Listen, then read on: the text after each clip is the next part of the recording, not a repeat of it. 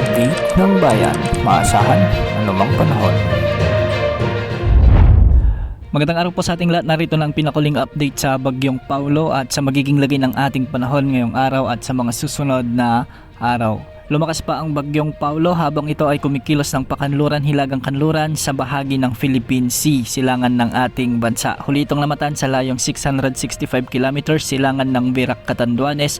At taglay nito ngayon ang lakas ng hangin na umaabot sa 55 kilometers per hour malapit sa gitna at pagbugsong umaabot sa 70 kilometers per hour. Kumikilos ito ngayon ng west-northwest o kanluran, hilagang kanluran sa bilis na 25 kilometers per hour. Kung mapapansin natin ay medyo nagkakaroon na ito ng mas magandang sirkulasyon at meron itong diametro na maabot sa 250 kilometers. Sa ngayon nakataas na ang Tropical Cyclone Wind Signal number 1 sa northern portion ng Catanduanes, sa bahagi ng Pandan, Bagamanok, Panganiban at Viga. Sa mga susunod na araw ay posible pang itaas ang Wind Signal number 2, Signal number 3 at ang worst case scenario ay posible ring itaas ang Signal number 4 kung umabot sa typhoon category bago maglandfall ang Bagyong Paulo sa kalupaan ng ating bansa.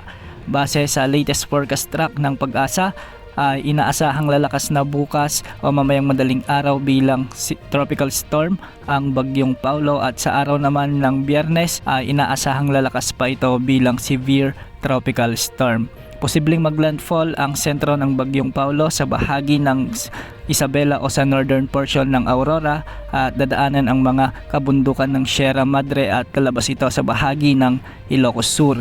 Ayon sa Pag-asa, posibleng mas bumaba pa ang track o mag-southward ang track ng bagyo depende sa lakas ng high pressure area na nagtutulak sa bagyo pababa. Kaya sa mga kababayan natin sa may Central Luzon at pati na rin sa Metro Manila ay paghandaan rin ang posibleng maging epekto ng bagyong ito sa mga susunod na araw, lalo na sa araw ng Biyernes at Sabado. Inaasahang makakalabas na ang Bagyong Paulo sa araw ng Sabado bilang isang typhoon category at tutumbukin naman muli nito ang Hainan Province sa may southern China sa araw ng Linggo. Ngayong araw nakakaranas na ng maulap na kalangitan na may mga kalat-kalat na pagulan at thunderstorms dulot ng Bagyong Paulo ang Metro Manila, Bicol Region, Isabela, Quirino, Nueva Vizcaya, Abra, Kalinga, Mountain Province, sa may Ifugao, Benguet, Quezon Province, Aurora, Rizal, Bulacan at Nueva Ecija. Posible ang banta ng mga pagbaha at pagguho ng lupa kung may mga umiiral na matalakas na pag-ulan. Samantala,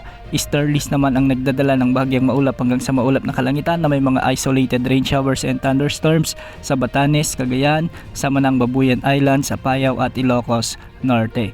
Localized thunderstorms naman ang nararanasan ngayon sa nalalabing bahagi ng ating bansa na may mga kasamang mga pag-ulan. Antabayan na ng mga susunod na update sa Bagyong Paulo sa mga susunod na oras. Yan muna ang latest sa lagay ng panahon. Ito po ang weather update ng bayan. Maasahan anumang panahon.